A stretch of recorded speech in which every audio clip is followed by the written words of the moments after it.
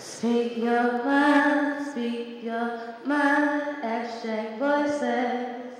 Cause writing a rhythm don't take confidence. Piece me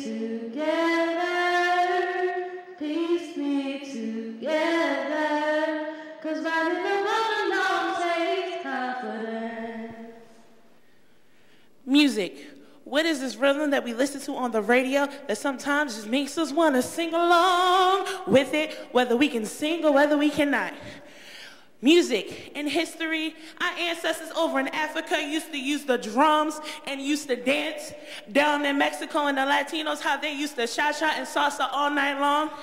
And back, excuse me, and back in on the Harlem Renaissance, when the trumpet players or the trombone players or the saxophone used to play their jazz beat and be scatting on like the shoo-ba-doo-ba-doo-ba-doo-da-da.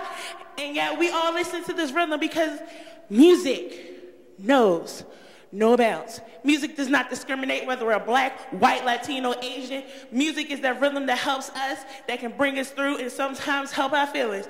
On a rainy day, on a sad day when we don't want our friends and families to see us shed a tear, music can be that comfort for us.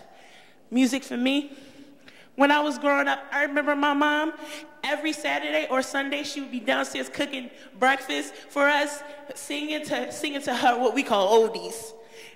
Every Saturday or Sunday, singing and just doing her little two-step in the kitchen.